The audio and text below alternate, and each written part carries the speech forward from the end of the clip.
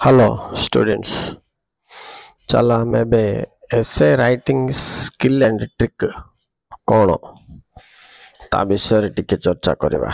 इटा तो arts commerce science सब पिला पाई बहुत इम्पोर्टेंट, किंतु लिखिबार केमती आरंभ करिवार केमती ये सब ऊपर प्रश्न पिला मन को माइंड रे चलथबो, तार गोटे समाधान बाहर करछे पिला माने।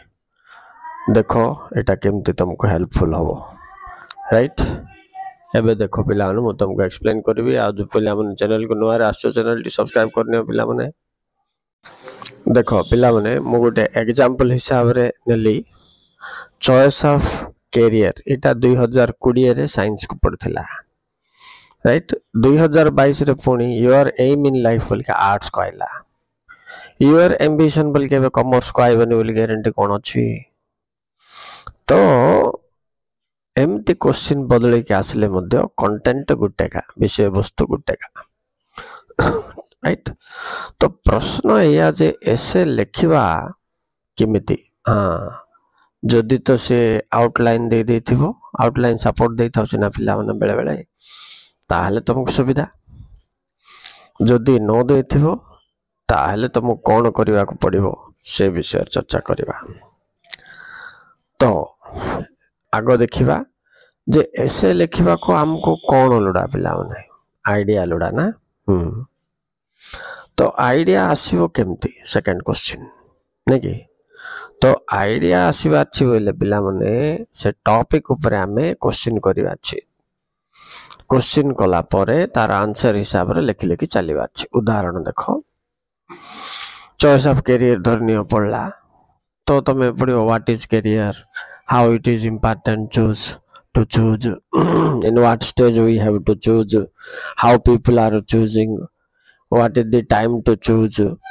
ये एमते हजार क्वेश्चन ताय ऊपर तुम जते क्वेश्चन करि पारियो पिला माने से क्वेश्चन को धरिबो, तार आंसर हिसाब रे तुम लिखिबा छले। इंग्लिश रे लिखिबा छे तेणु इंग्लिश रे sentence making, sentence connecting into paragraph, paragraph connecting into essay. एतिक जानछ ना नहीं, सेटा फेर important things. Okay students, so तुमको मु कोन कहली, फर्स्ट स्टेप होची make as many as questions possible on the topic. मन कर योर हॉबी आछि, एबे गत वर्ष आस्थिला योर हॉबी आस नले हिस्टोरिकल प्लेस आस विजिट टू। तो ताई ऊपर तुम क्वेश्चन करो, हिस्टोरिकल प्लेस कोन, what is its importance, why people visit, what are the things we get knowledge of from there. एमती तमे क्वेश्चन तैयारी करो। जो जो क्वेश्चन तैयारी करिवो से क्वेश्चन रो आंसर प्रेजेंट करी गले लंबा हे जो पिला ने से हे जो 200 वर्ड रे तो करी अछि तमे 10 मार्क ए वर्ष नै कि। तो ए हिसाब रे हमर स्टेप 1 हला make question on the topic. जोटा भी पढो, एबे use and abuse of television आसिला कि इंटरनेट आसिला कि फेसबुक आसिला कि सोशल मीडिया आसिला, धन्य एटा गोटे इंपोर्टेंट एरिया तमरो। तो आ ऊपरे तमे क्वेश्चन करिवो यूजेस कोन, अब्यूजेस कोन, हाउ पीपल आर यूजिंग।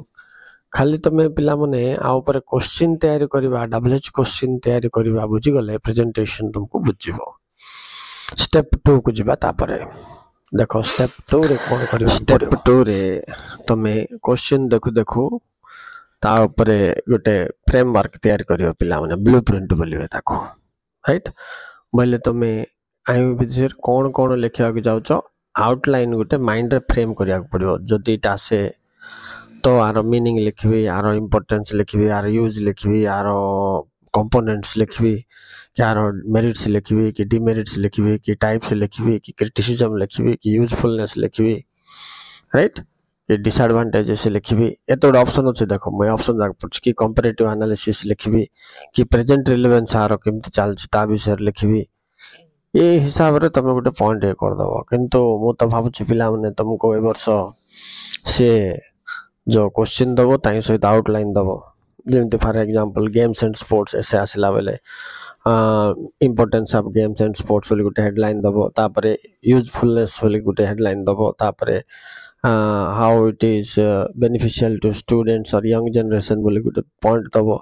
बेले से पॉइंट को तमे आराम से एक्सपेंशन पड़े बढ़े कि पड़े जीवो। जदि से न देला तो तुमको निजे सीटे क्रिएट करिया पड़िवो, से हिसाब रे तुम लिखिबा पड़िवो।